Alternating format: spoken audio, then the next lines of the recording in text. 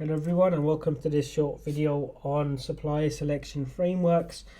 So at this point we should have developed an understanding of procurement planning, developing our understanding of the procurement need, the make or buy decision, and we have decided to buy, but we're faced with this fundamental question of how should we select our supplier. Now, this is not a particularly critical question for things like spot procurement or ad hoc procurement, but as organizations start moving through the different procurement stages, so we start moving into independent or integrative procurement, this becomes an increasingly important question. So we do need to develop our framework to allow us to make the optimal supplier selection decisions. Now, obviously, this is not a straightforward formula. It's hugely dependent upon our context, our environment, our organizational specific circumstances, as well as broader market circumstances and the service or item that we're actually procuring. But our concern is not developing a formula that we can simply plug things into and then get a supplier selection decision out from, but rather developing a framework in which we can make this decision using judgment, using any contextually specific information that we have. So what we're going to do is walk through a example supplier selection framework, but this time from the APM, which is essentially a tendering framework, which will allow us to get familiar with the concept of sending contracts or procurement processes out to tender. However, it's important to recognize and also watch the accompanying video about supplier selection types to look at the different types of supplier selections that we can use. So if we use this as an example to allow us to place us within a particular framework, and this will stretch from procurement planning, so research would begin at the procurement planning stage and then would move through to administering and managing procurement, administering the contract, and then lastly closing procurement as well. So we're going to start with the first step, which would be just research. What we need to do at this stage is really to develop and make sure that we have a solid understanding about the market in which we're going to find a supplier. So if you're procuring something that you're very familiar with, a well-defined service or item, and there are multiple suppliers who have sufficient capability and expertise in that area, it will be straightforward.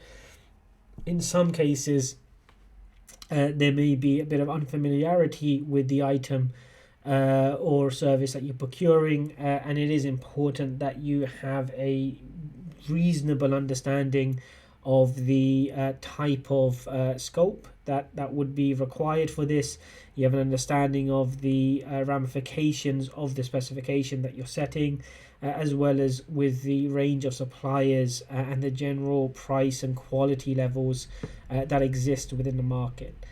So we can do this through a number of ways. It can be done through tapping the information already present and the knowledge present within your organization.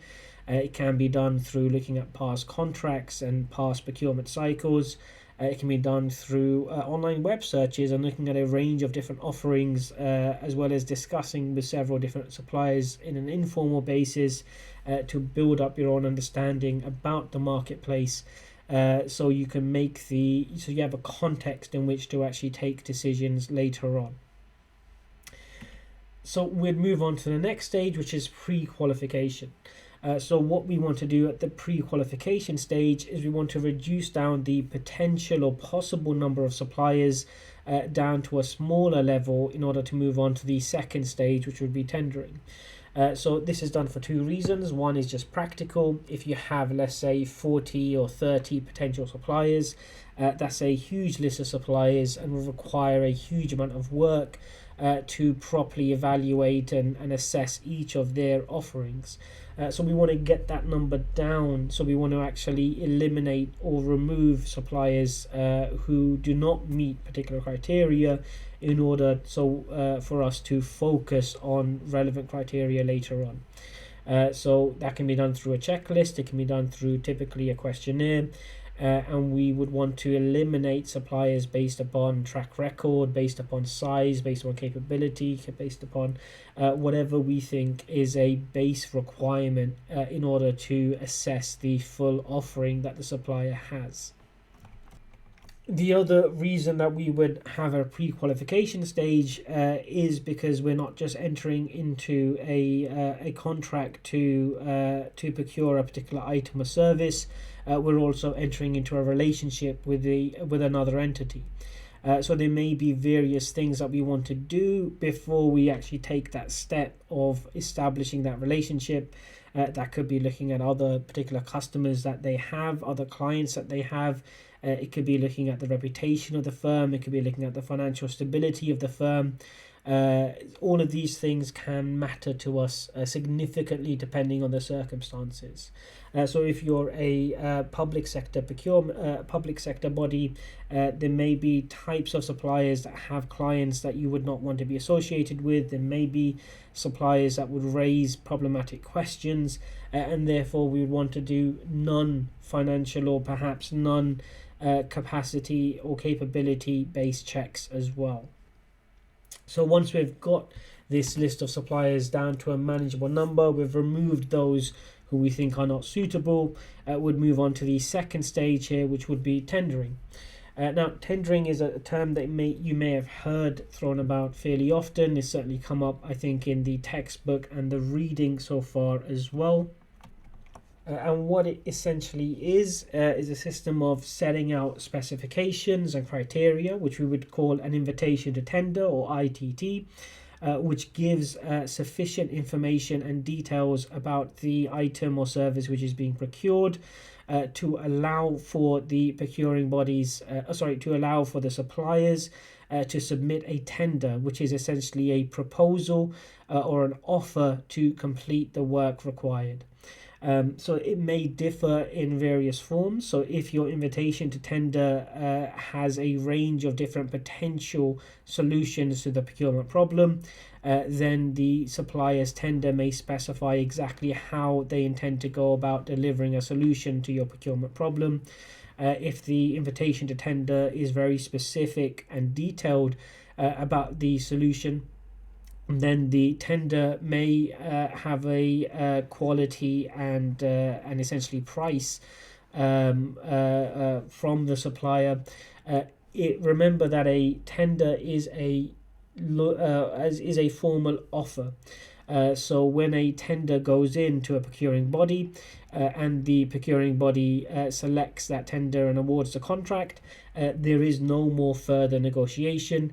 The tender itself constitutes a formal legal offer, and then if the procuring body accepts that offer, then the contract has been awarded and is legally viable and in place.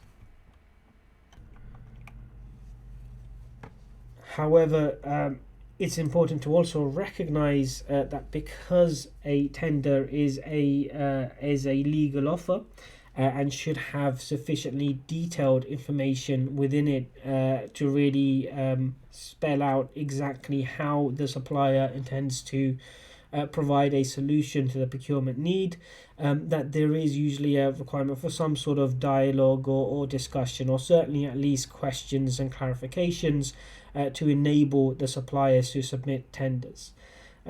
So your invitation to tender should have all of the criteria and information which is required, but there is still almost certainly going to be queries, questions, clarifications required from the suppliers. The information and criteria that you set out should also set out any non-price factors. So what we don't want to do is to have an invitation to tender which leaves the selection criteria a mystery, Now, obviously, price is going to be a factor in some way. Some procurement cycles are going to be more price sensitive than others, but we also have a range of non-price factors that should be listed or discussed in the invitation to tender as well. So the degree of supplier risk and continuity that we require should be there. The time frames, quality issues, technical requirements and fallbacks, as well as the payment schedules which are required as well. So any non-price factors which are going to be significant in the procuring body's ability to make a decision, or procuring body's criteria for selection, should be listed in the invitation to tender also. Once the tenders have been received, then the procuring organization, would evaluate those tenders, which again are formal offers to enter into a contract, review them against the set criteria, which again should not be a mystery but should be spelled out and discussed in the invitation to tender, and then award the contract based on judgment and evaluation of the individual tenders and the individual bids. The award then would trigger the start of a relationship, so all of the contractual information, terms and conditions would also be laid out, discussed, and then accepted. Once the contract has been awarded, we'd move on to managing the contract. And then after the procurement need has been fulfilled, the solution being provided, the items or service being transferred or delivered, would move on to closing the contract as well. So we can see that the supply selection process only really would strictly constitute pre-qualification, tender and award in this case, but we need to see it within the context of the broader procurement cycle. So from planning procurement all the way through to closing procurement.